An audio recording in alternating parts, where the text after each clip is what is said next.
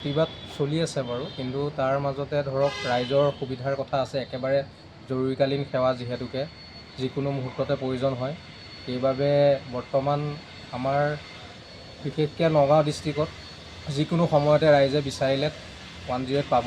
গতিকে তেওঁলোকে ৰাতি দিন বা কোনো কথা নাই, ফোন কৰিলেই হ'ল। আৰু যে আন্দোলন হৈ আছে বুলি যাতে মানে 108 নাপাব বুলি যাতে ৰোগীক কেতিয়াও অসুবিধাত পৰিব লগা নহয়, সেইবাবে মই ৰাইজক জনাব বিচাৰিছোঁ, যিকোনো সময়তে ফোন কৰিলে 108 পাব। গতিকে আপোনালোকে ফোন কৰিব আৰু 108 সেৱা লাভ কৰিব। আপোনালোকে সেৱা আগবঢ়াই আছে? হয় হয়, আমি সেৱা আগবঢ়াই আছোঁ। 24 ঘণ্টাই আগবঢ়াই আছে? 24 ঘণ্টাই পাব। অঁ, এই আপোনালোকৰ যিটো সেৱা আগবঢ়াই আছে, যিসকলে প্ৰতিবাদ কৰিব গৈছে তেওঁলোকৰ সলনি কিবা বেলেগ কৰ্মচাৰী লৈছে নেকি? হয় হয়, তেনেকুৱা বেলেগ কৰ্মচাৰী দিয়া হৈছে আৰু বৰ্তমান সকলোখিনিয়ে কাৰ্যক্ষম হৈ আছে।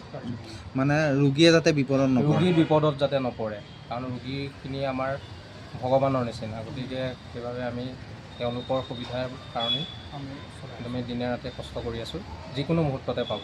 আমাৰ কলিয়াবৰত কেইখন 108 আছে? কলিয়াবৰত প্ৰায় গোটেইকেইখনেই বৰ্তমান প্ৰায় 4-5খন আমাৰ এম্বুলেঞ্চ কাৰ্যক্ষম হৈ আছে। ক'ত ক'ত আছে নে জনাব পাৰিব নেকি?